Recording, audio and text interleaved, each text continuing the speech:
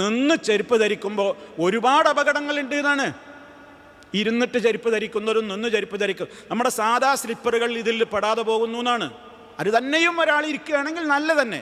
സാധാ സ്ലിപ്പറുകൾ നിന്നുകൊണ്ട് നിഷ്പ്രയാസം ഒരാൾക്ക് തൻ്റെ ഷൂ ഇടാൻ പറ്റും. നിന്നുകൊണ്ട് നിഷ്പ്രയാസം ധരിക്കാവുന്ന നമ്മുടെ സാധാ സ്ലിപ്പറുകളാണ്.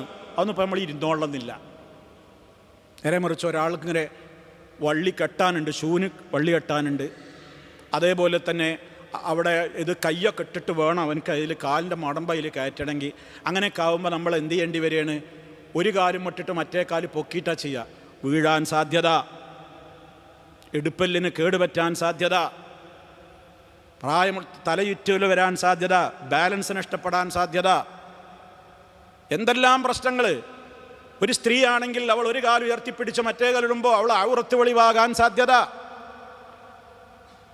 അപ്പം അതുകൊണ്ട് തന്നെ സൗകര്യം കാണുന്നുണ്ടെങ്കിൽ അത്തരം ഇടങ്ങളിൽ, ഇന്ന് പലയിടങ്ങളിലും പല പള്ളികളിലൊക്കെ ഷൂടാനും സോക്സ് ഇടാനൊക്കെ ബെഞ്ചും അതിനുള്ള സൗകര്യങ്ങളൊക്കെ ഉണ്ട്. ഒക്കെ ഉപയോഗപ്പെടുത്തണം. അത് വെറുതെട്ടതല്ല. അങ്ങനെ ശൈലി ഇരുന്ന് ചെയ്താൽ നമുക്ക് അതിൽ കൂലിട്ടും. നമ്മളെ ആരോഗ്യത്തിനും അതാ നല്ലത്. മറ്റേത് കുനിഞ്ഞ് നിന്നിട്ട് നമ്മൾ എന്തൊക്കെ ചെയ്യണം? വള്ളി കെട്ടണം. അപ്പോൾ ഇവിടെ ഊരവേദന ഉള്ളവന് അവനക്ക് പ്രശ്നം ഉണ്ടാവും. കാണാൻ തന്നെ ഒരു അഭംഗി. ഒരു പെണ്ണിങ്ങനെ കുനിഞ്ഞ് നിൽക്കണം, കുറേ നേരം നിൽക്കുമ്പോൾ ഒരാണുങ്ങൾ അധികം ഇങ്ങനെ പോവുകയാണ്.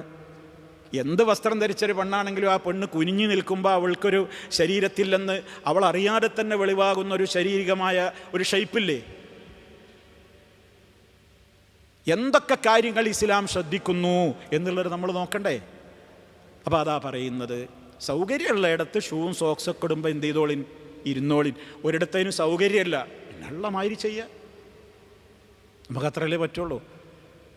അതേപോലെ നമ്മൾ ചെരുപ്പിടാനൊന്നും കുനിയേണ്ട ആവശ്യമില്ല.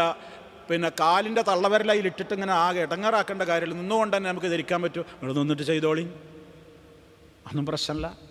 അപ്പോൾ ഇസ്ലാം എന്ത് പറയുമ്പോഴും അതിലൊക്കെ എന്തുണ്ട്? നമുക്ക് ഭൗതികമായും ഗുണങ്ങളുണ്ട്.